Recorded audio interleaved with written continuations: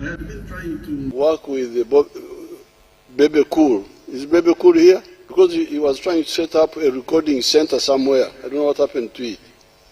Kakati ebya Bebe Cool si birungi. Ono alabikanga omukulembeze yamuyita buswaida.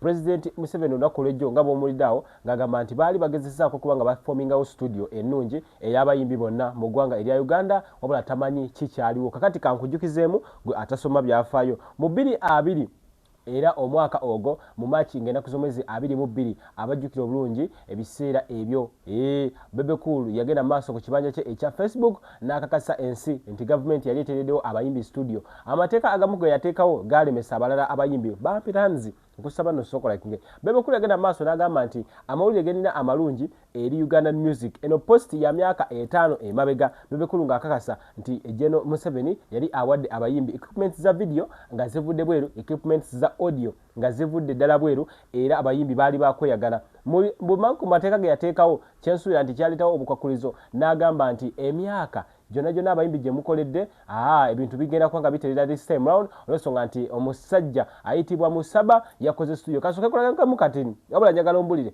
gwe olowooza bino bina kye bigattako essaawa eno ku industry ya Uganda ne Uganda at large. Njagala gwe aba ampa comment kasooke kwemu katini nzije nkulire Bebe Cool yandibanga yanyaga omukulembeze oba yandibanga omukulembeze teyamunyonyola kiki yagenda maaso n'asettinga olw'ensonga nti omukulembeze naye takitegeera ekyaliwo General Museveni. Sokola katini Museveni nzije nkwebisingawo. Is Bebe Cool here? Is he here? Because he was trying to set up a recording center somewhere. I don't know what happened to it.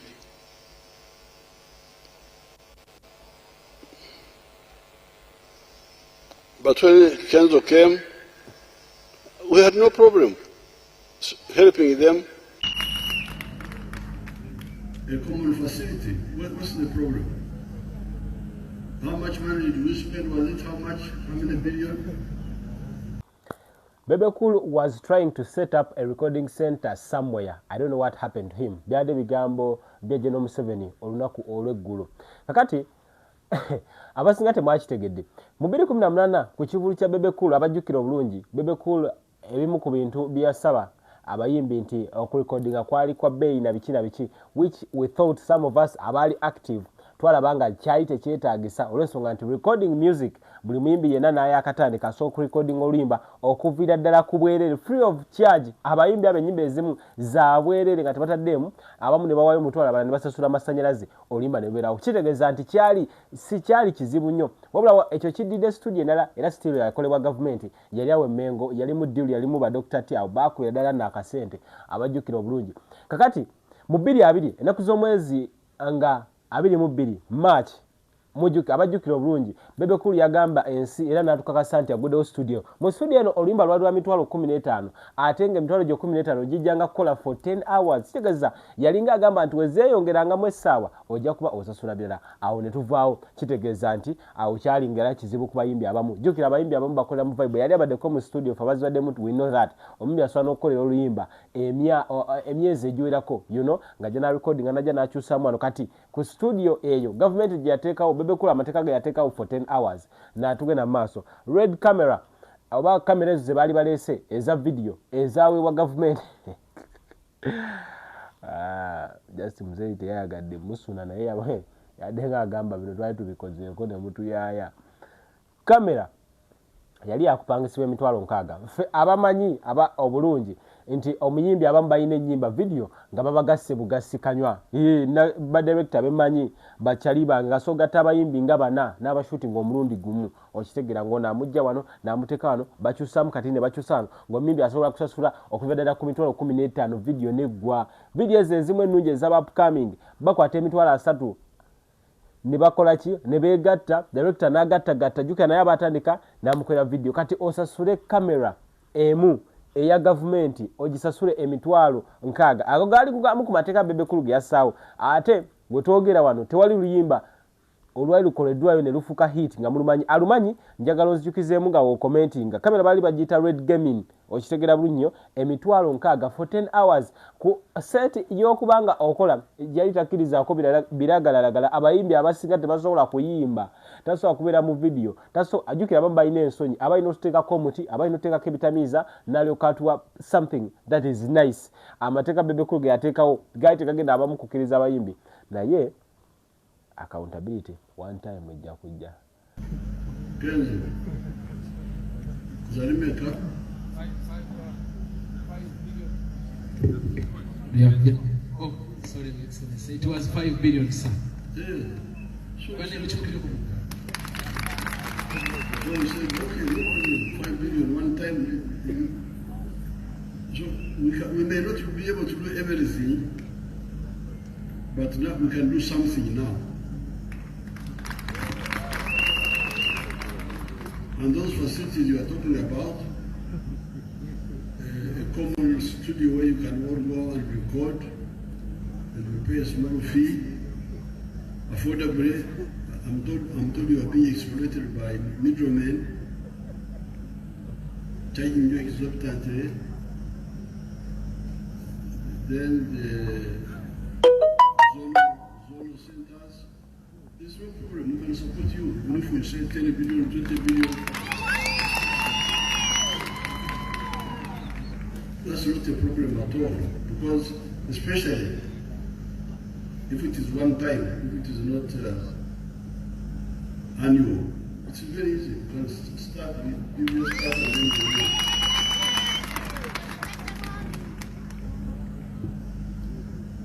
Now, I'm very happy to see the sort of music you are putting together here, especially using the indigenous. And I'm very happy with the honesty of Kenzo, because the money we gave him, he used it. Kenzo is the son of a soldier. He's the son of Shefari. Did you tell them your father or you are hiding it?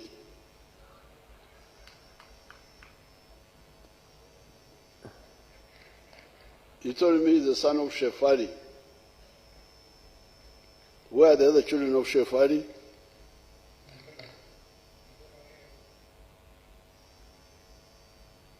And he even resembles. Don't you see they even look a bit alike?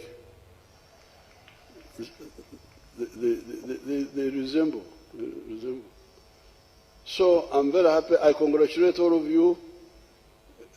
Kati kino kyemuliko eyo ndozo kuno kubaloza.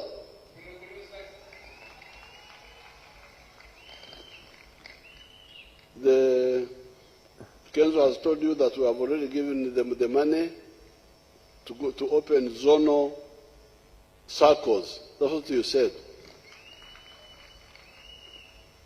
But after the elections, we are going to do much more to really support you, because it's not such a big problem.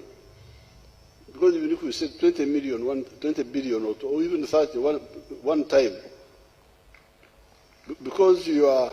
Kati Mickey Wine ajja atyo okuswala kankwe ka story kano nga nze nakola program y'ekivulu ekyo nemanya nti Mickey Wine ojja kuyimba sawa bweziti Gravity ogenda kuyimba sawa bweziti Kabaka ogenda kuyimba sawa bweziti Mary Bat ogenda kuyimba sawa bweziti Mickey Wine asooka agaana yeefuulambu ayina syo empigi naye ng'obwongo bwe bwamulowoozesa nti asobola okusinga Gravity n'Alien kuba ku sawa 3 kwaliko Alien nga yasookawo nga Gravity yagenda okudda ku Alien kati Mickey nga yagala yenyige mu bano akola amawulire agambe nababisse agambe nti nabisse Gravity nembika n'Alien Skin firimu ejjetya Alien Skin ajja ayimba Alien namukolera security eri special wana lowooza nti abawumba tutu bayinza okukola mwaka vuyo nze nenyweza tight security ye kubanga bafuna buzibu nze ku mwandi badde mugamba nti Baju ya settings omwana olw'empalana gye tweyinako gye mumanyi mwandika Baju yalimbalimba omwana n'amuleeta ejjinja ne bamukola ki naye nze yavuddeyo ng'ali peaceful era nakolaganyire security bulungi ne tukuuma Alien nadde e Kampala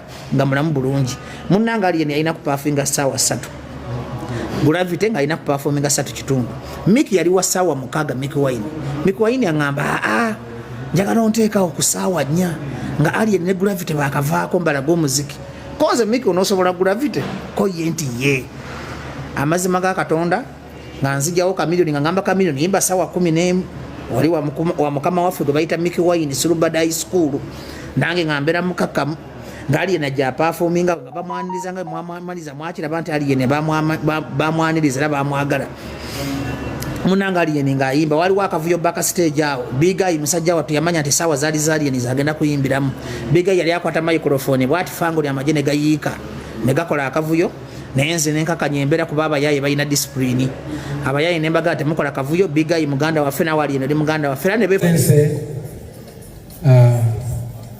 we are so humbled to have you here. We are so honored to have you this evening as the creative sector. Bana imongere kungaliza ma. Who are we to have you late in the night, Your Excellency? We are so humbled. We are so honored. Me and my team, we organized performance for you because we are launching an album.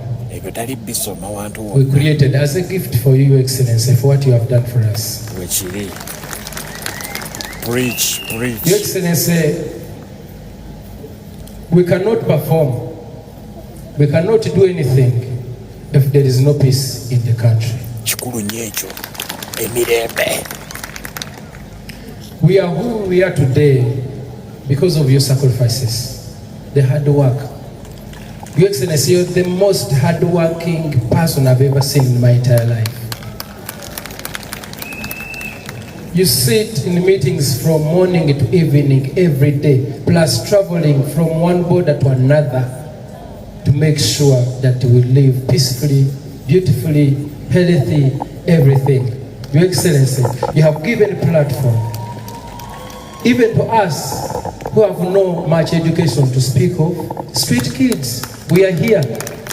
I can actually even speak a foreign language, but I have no much education to speak of. It is because you have given us a platform. Your Excellency, you're one in a million. Thank you so much. Your Excellency, we had a lot of performances for you. We have so many regions who are waiting to perform for you because we organized 1 hour. We have our brothers and sisters.